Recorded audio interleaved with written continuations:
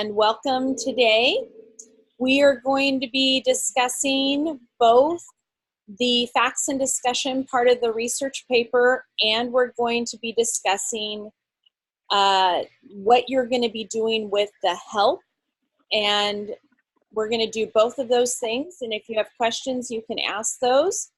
But I do want to start out by saying that if you are behind on the help or the research paper, I'm going to give you through the weekend, probably till Monday or Tuesday, to get caught up.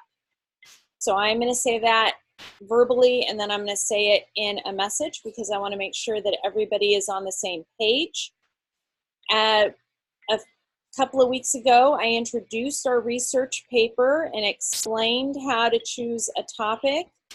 And you had an opportunity to work on sharing your proposal, which we discussed, finding your sources, which were the 3 texts that you are going to investigate how they are change writing, plus the texts about your topic, where just to remind you that you, at the end of the day, I want to find the right part up here, that by the time you get started, you are going to have a time and place that you're writing about, the 3 different types of writing, and the topic. And an example I'd given was civil rights. So if you had chosen Martin Luther King's, excuse my dog here who is barking. If you'd chosen Martin Luther King's I Have a Dream speech, and then you had chosen the Civil Rights Act and maybe a couple of newspaper articles, that you would have then also had your time and place, which was the 60s in the United States, as well as civil rights. Sorry, I am moving so that my dog can continue barking and I can continue having this meeting. And then for number 2, you did your, sorry, she's following me and I'm telling her no. Okay, here we are. So by the time you are here today, you had your proposal, your sources, and your pre-writing, as well as your introduction and methods. But today I really want to focus in on the facts and discussion, which are the main part of your research paper. In fact, it makes up half of your research paper here. And so I want to make sure that you are on the right path. So let's talk a little bit about the facts and discussion. In a regular research paper, facts and discussion are often separated, meaning that you would have one part dedicated to all the research that you found and one part where you discussed the facts that you found. But for the purposes of our paper, I have put them together because that's the type of writing you do in English, is that you have your evidence and analysis together.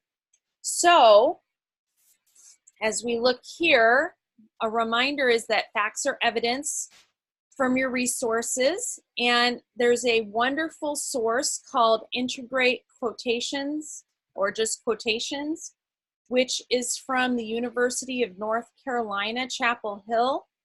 And what I like is that it really details the choice of quotations, how do you set it up, providing the context, explaining, and then providing your citation, as well as embedding, which we've talked about before, but this does a really thorough job with it. Your discussion section is your interpretation of what your facts mean.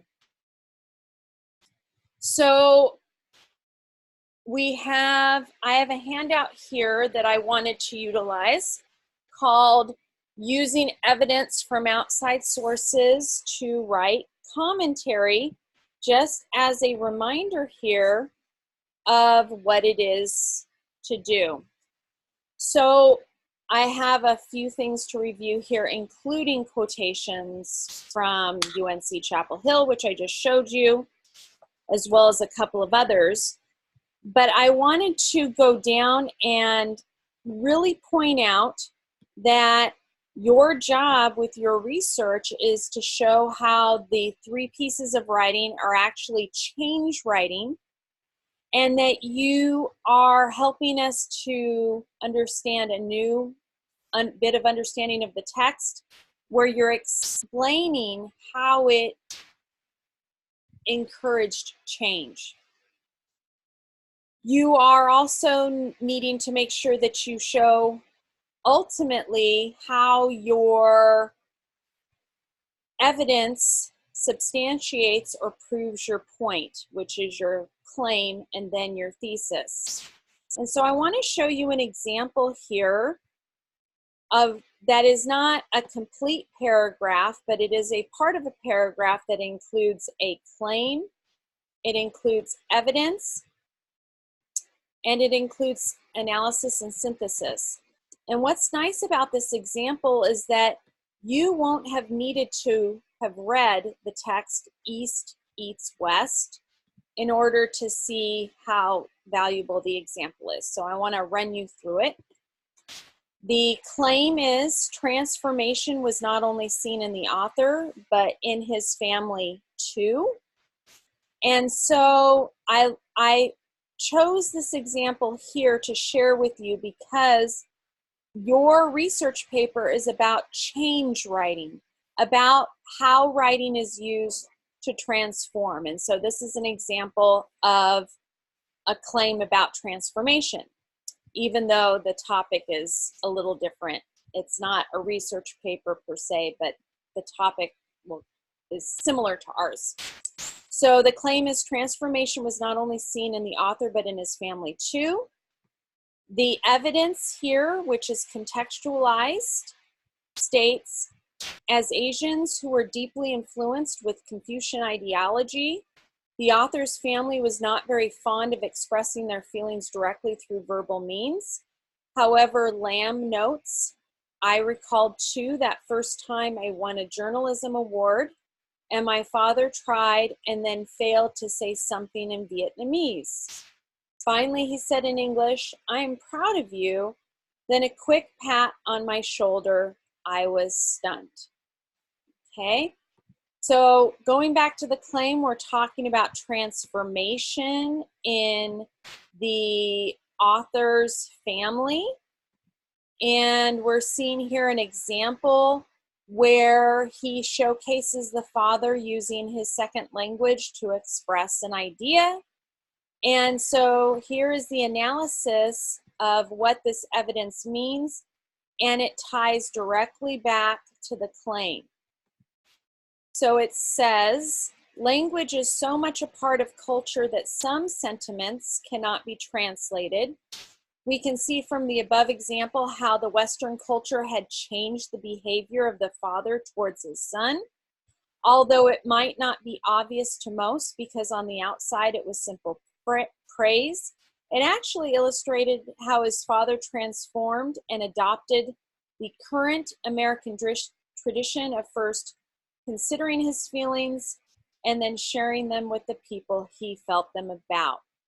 So this idea of adoption and transformation with the quotation, it's all connected together.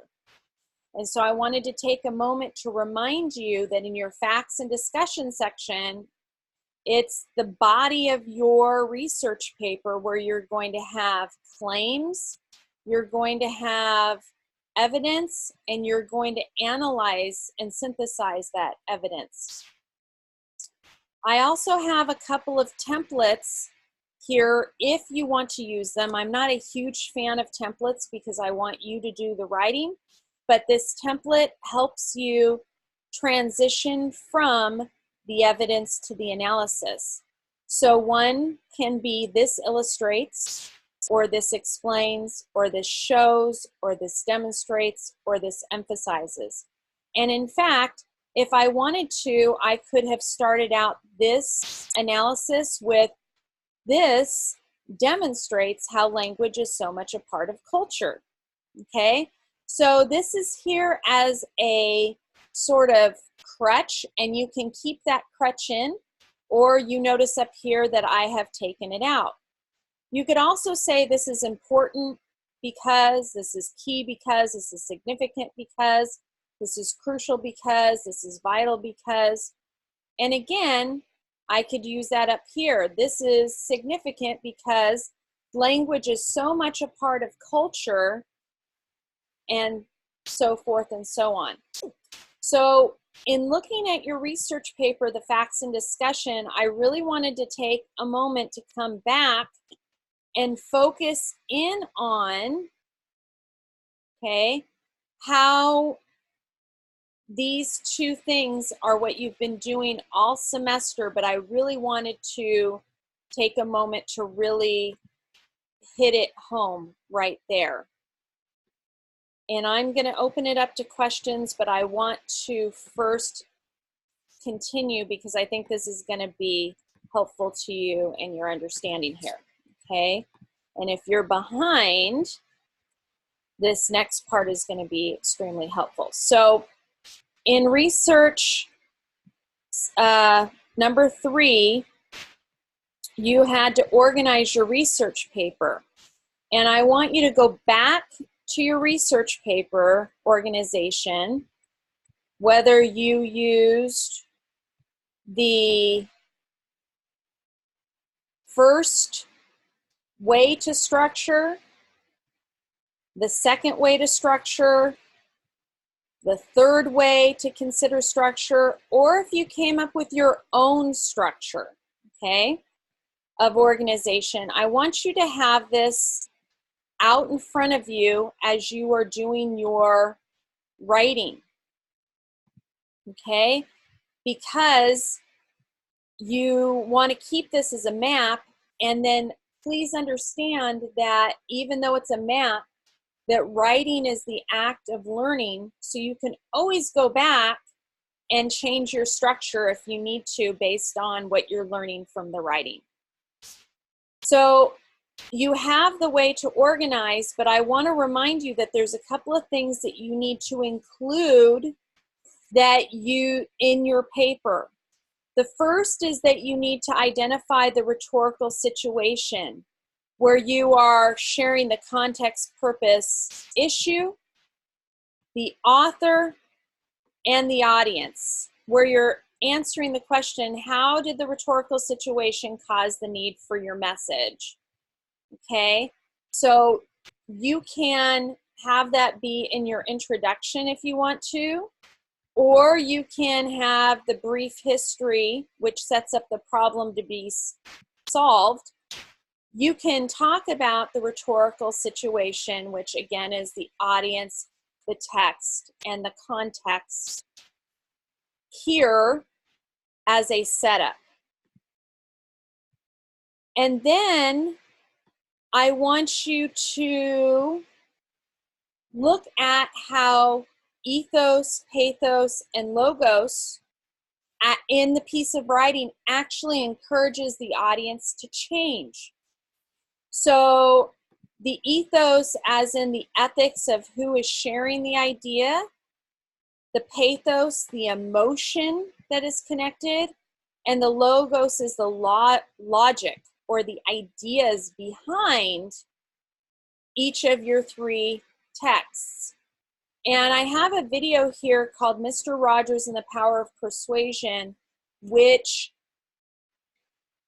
does in a very nice and detailed way. It illustrates, it explains what ethos, pathos, and logos are in a little more detail, and then it showcases how a speech that Mr. Rogers gave in the 1960s, how he used ethos, pathos, and logos to convince and change the mind of his person he was speaking to, his audience, in order to change his mind and get more money for public television. So as you are going through your organization of your paper here, where we see that you are discussing your individual samples, here is where you would discuss the use or not use of ethos, pathos, and logos. Okay, and so I have given you an extension, which I explained that I wanted to give to you because I wanted to talk to you about this part first before you turned it in. Okay, so now that I've been talking for about 15 minutes here, I would like to answer any questions that you might have about the facts and discussion section. And if you have any questions about the earlier parts, you can also ask me as well. And this is the time. This is the time you can go ahead and ask.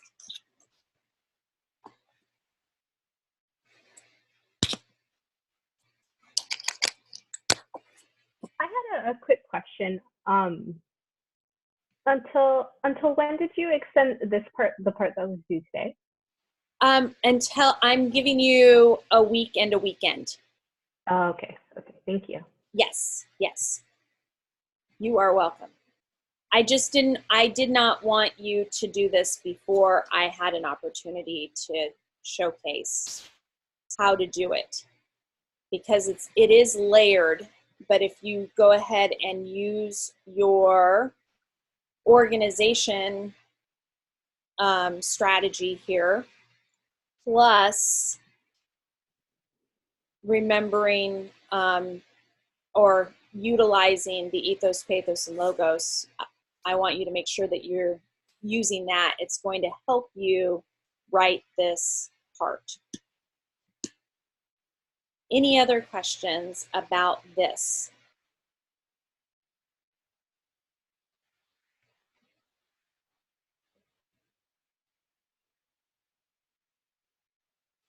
Does anyone have any questions about any of the earlier parts of the research paper? I did spend quite a bit of time introducing it. If you did not view the Zoom number 3 video, you should go back and do that.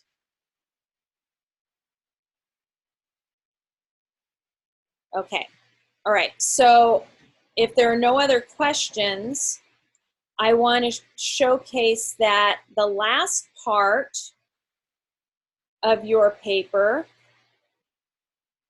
is the conclusion. And I actually am going to change a little bit of it here. You're going to see me doing this. I actually updated the one that I am using in the same class of a different name, and I want to put that here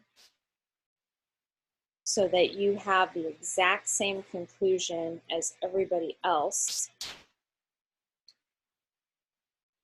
And I'll talk about that for a minute, and then I want to talk to you about the help, and then we will conclude unless you have any questions. Everything's always a little bit slower when we're on Zoom. I actually just rewrote this conclusion part yesterday. All right.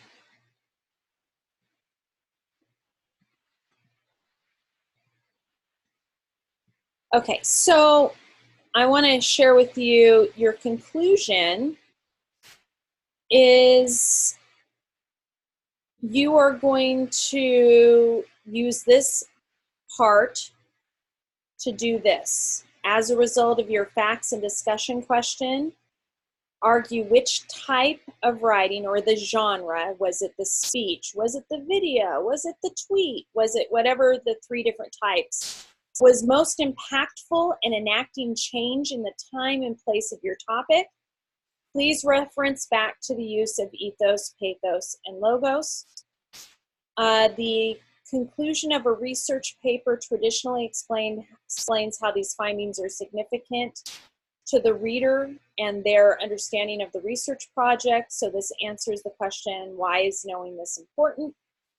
And so since the overarching theme of our class is using our authentic voice to make a difference, discuss how the impact of the writers you chose to investigate are inspirational to all of us, and write about what we can learn from them in order to become revolutionary writers ourselves. So even if you chose a topic that is, for example, maybe it's older, maybe you chose something really old, there's something that we can learn from those writers back then. If you chose something really current, there's something that we can learn about them as well. But the one thing that I really want to be able to point out is that every single one of us are writers. We are all writers. We don't have to be English majors or creative writers to be writers. The fact that we have social media means that we have phones where we connect with people all the time. We are writers, and what we write can be inspirational to others. And so this paper is really meant for you to take a look at what it means to create powerful writing and how you can think about it a little bit more. Sometimes it's just changing something just a little bit to really have the impact that you want. Okay? Any questions for me about the research paper? Any other questions?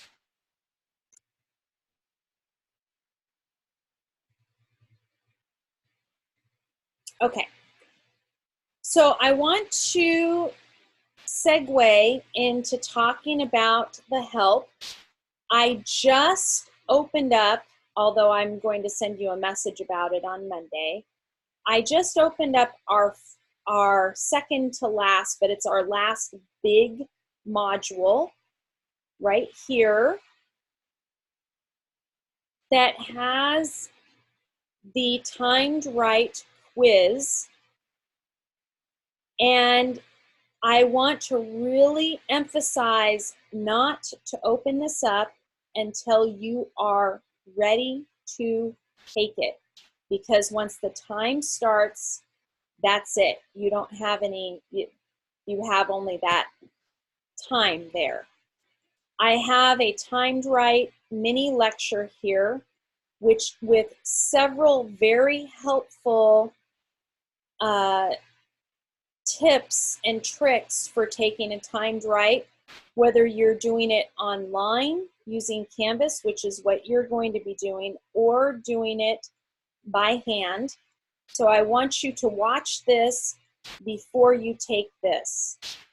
I also want to point out that my belief about the time that you will probably actually need to take this timed right is about 2.5 to 3 hours. I have extra time here for those students who are using DSPS. This has all the extra time that you need just in case. But again, you want to make sure that you are in a place where you have your Wi-Fi, you are going to be uninterrupted for that period of time so that you can actually take it. Okay? So I want to remind you too that I'm giving you some extra time if you need to finish up your social media literature circles for the help. Once you want to take this, you can. So if you're done reading the book, and you feel ready to take it, you can take it as early as you want to. You could decide to take it this weekend if you wanted to. But I have it here just in case you need the extra time. Okay, so again, the last several weeks of this class are based on two things: the help and your research paper, and that's it. Those are the two things you're focusing on. Any questions about the help?